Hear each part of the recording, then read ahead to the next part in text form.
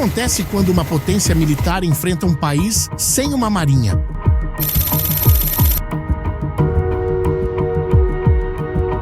Bem, se você é como eu, logo pensaria que o país sem o domínio das águas iria estar em uma grande desvantagem. Mas a resposta verdadeira para essa pergunta pode surpreender você.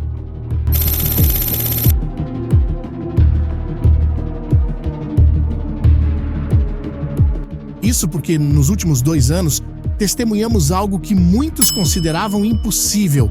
A Ucrânia, um país praticamente sem frota naval, derrotou a poderosa frota do Mar Negro da Rússia. E há fortes indícios que os russos começaram a bater em retirada, contrariando todas as expectativas. Mas afinal, como os ucranianos conseguiram isso? E o que essa retirada russa representa para o conflito na Ucrânia? Olha, se olharmos lá em 2022, quando a Rússia inicou sua invasão em larga escala da Ucrânia, a maioria dos analistas militares concordava que Moscou teria uma vantagem esmagadora no Mar Negro. Afinal, a Rússia possuía uma frota impressionante de navios de guerra modernos, enquanto a Ucrânia tinha apenas, praticamente nada. O único navio de guerra ucraniano digno de nota era uma fragata da era soviética que teve que ser afundada em seu próprio porto para evitar que caísse nas mãos russas. Não foi um bom começo para os ucranianos, não é mesmo? Mas aqui está a questão. Às vezes, não ter nada pode ser uma vantagem. Quando você não tem nada a perder, você está livre para pensar fora da caixa. E foi exatamente isso que os ucranianos fizeram. Enquanto a Rússia confiava em suas táticas navais tradicionais, a Ucrânia estava prestes a reescrever o Manual de Guerra Marítima. E tudo começou com um único navio, o Moskva. O Moskva era o orgulho da frota do Mar Negro russa. Um cruzador de mísseis guiados que pode chegar a impressionantes 12.000 toneladas quando totalmente carregado, equipado com sistemas de defesa de última geração.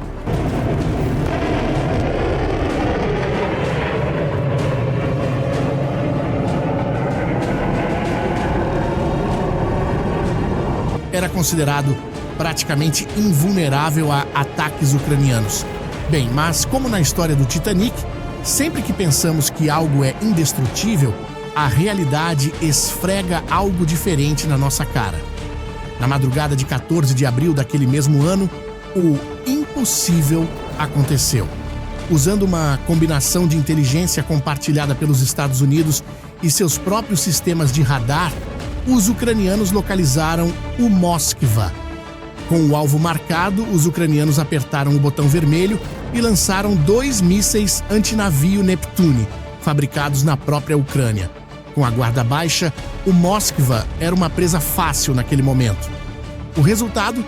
O navio almirante russo, que custou centenas de milhões de dólares para construir e operar, foi enviado para o fundo do Mar Negro por mísseis que custaram uma fração desse valor. Agora pare para pensar, que duro golpe a Rússia tomou naquele dia. Não apenas pelo efeito estratégico e psicológico contra a Rússia, mas porque mostrou ao mundo que a Ucrânia não seria um alvo fácil no mar.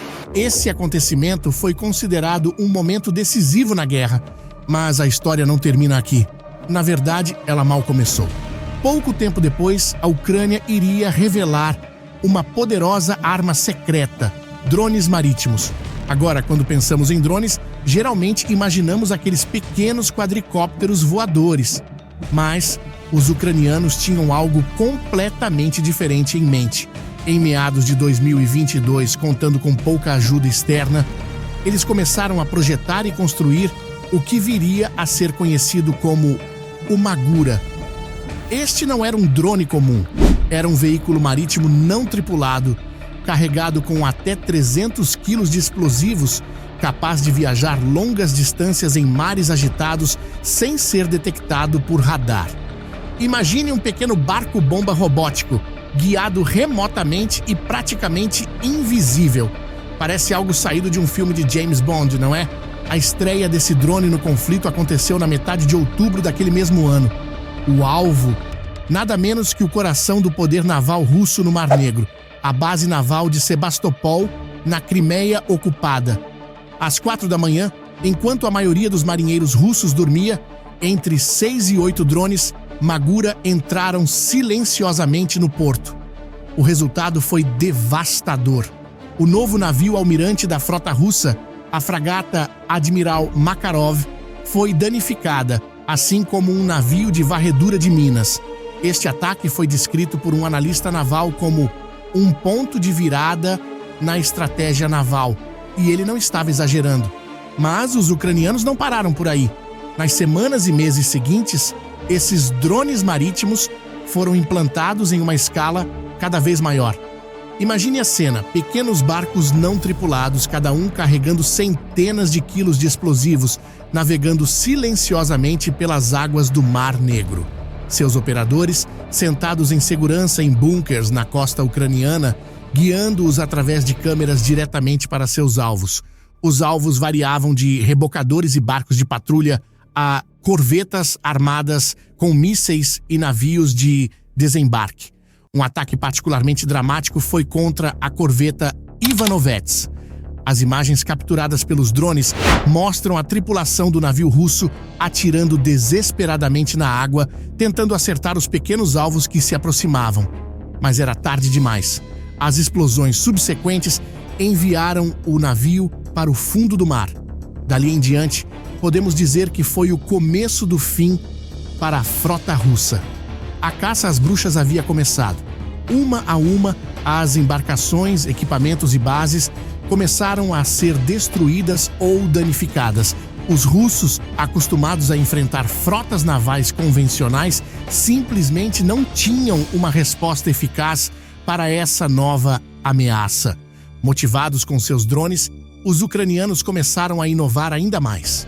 À medida que o conflito avançava, eles desenvolveram versões ainda mais avançadas, os drones Sea Baby e Mamai. Estes novos modelos tinham um alcance ainda maior, podendo viajar até 1.000 quilômetros através do Mar Negro. Isso significava que mesmo quando os russos recuaram para portos mais distantes, como Novorossiysk, ainda não estavam seguros. Os Sea Baby não eram apenas plataformas de ataque. Eles também foram usados para implantar minas navais e até mesmo para carregar lançadores de foguetes, permitindo ataques contra alvos terrestres e marítimos russos. Agora, você pode estar se perguntando como a Rússia, uma superpotência militar, permitiu que isso acontecesse. Bem, a resposta é uma combinação de fatores. Primeiro, há o elemento surpresa.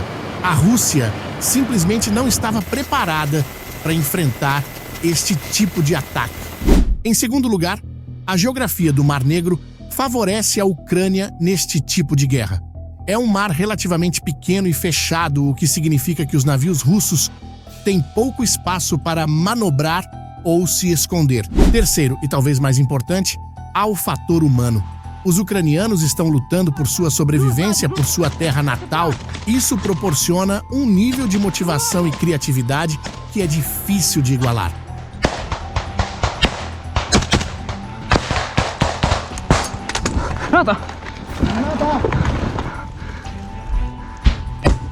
Mas as implicações deste conflito vão muito além do Mar Negro. O que estamos testemunhando é nada menos que uma revolução na guerra naval. Pense nisso, por séculos o poder naval foi medido pelo tamanho e sofisticação dos navios de guerra. Grandes couraçados, porta-aviões imponentes, submarinos nucleares. Estes eram os símbolos do poder marítimo. Mas agora, um país sem marinha conseguiu neutralizar uma das frotas mais poderosas do mundo usando drones que custam uma fração do preço de um míssil convencional. Isso levanta questões profundas sobre o futuro da guerra naval. Será que grandes navios de guerra ainda têm lugar em conflitos modernos? Ou estamos entrando em uma era onde enxames de pequenos drones autônomos dominarão os mares? Bem, a resposta pode estar em acontecimentos recentes. Em julho deste ano, após ondas sucessivas de ataques de drones e mísseis, a Rússia se viu forçada a retirar a maior parte de sua frota de Sebastopol, sua principal base naval na Crimeia ocupada. Este foi um momento verdadeiramente histórico. Pela primeira vez em quase 10 anos, a Rússia perdeu o controle efetivo do Mar Negro. Essa informação foi confirmada por diversos pronunciamentos, tanto de ucranianos como de norte-americanos. A Rússia, por sua vez, não confirmou isso oficialmente.